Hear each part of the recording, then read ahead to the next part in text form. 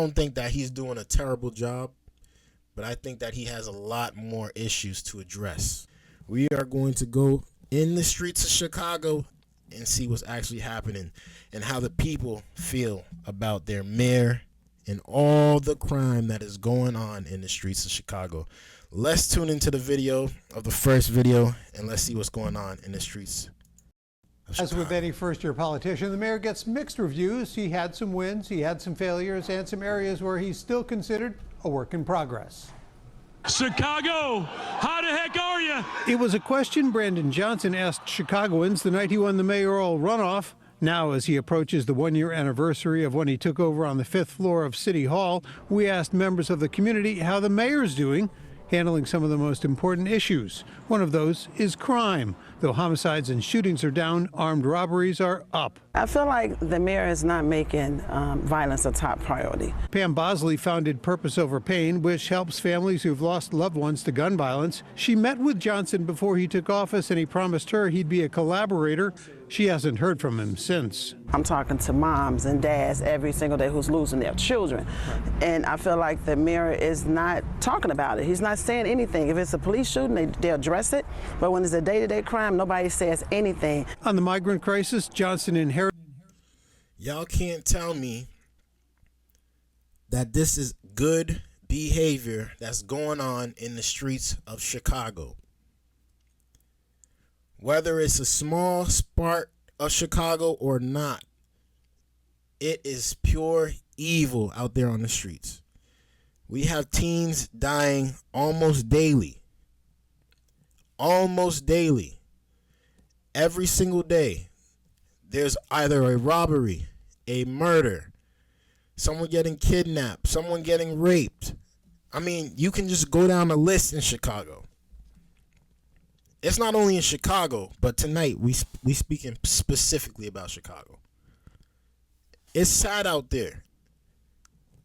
Teens, 15-year-olds, 14-year-olds, 16-year-olds haven't even got out of high school yet, and they out here losing their life to gun violence on the streets. But if I address it, it's a problem.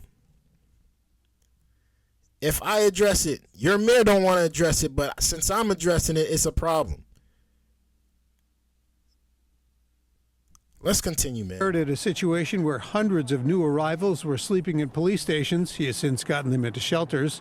Annie Gomberg coordinated volunteers helping in Austin, and she continues to help migrants. We looked for leadership, we looked for planning, we looked for expertise. But instead, Gomberg says they found a lot of excuses. I understand this was really hard, and I don't think anybody doesn't think it was hard, but also he campaigned for this. He told us he wanted the job. This was part of the job. Then there's the business community, which was very leery because of Johnson's progressive agenda. I definitely think there's been some ups and downs, some positives and negatives.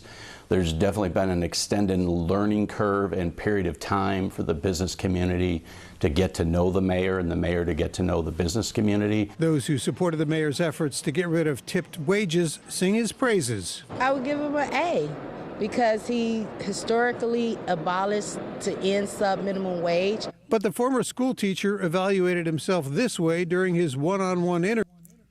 So it looks like they're concerned about a few things in Chicago. They're concerned about crime, they're concerned about the migrant crisis, and they're concerned about their businesses. Businesses are getting robbed daily by people, and they're starting to want to move out of Chicago. That's how bad it's getting in some places. Obviously not all of Chicago. But let's address the situation here. Let's address it. Chicago, right now, businesses are getting robbed daily. The people are not happy. The people are not happy. Let's continue. Interview today with our Terrell Brown. I'm very pleased with the start that we've had, considering the crisis that I inherited. In fact, the multiple crises that I've inherited. Former mayoral campaign rival Cam Buckner says Chicagoans should be patient. I think it's fair to give them, more than a year to figure things out. Mayor Johnson. And while Mayor Johnson has succeeded in pleasing progressives who helped get him elected, another state rep, LaShawn Ford, told me Johnson needs to learn how to be the mayor for the whole city, not just his base. What? And he couldn't have said it any better. Listen here, man. I don't think that he's doing a terrible job, but I think that he has a lot more issues to address. I think he has a whole lot more issues to address. A lot of people are upset, not too upset to the point to where they want to kick him out like they are with Tiffany Henyard and Dalton, but people want to see a change.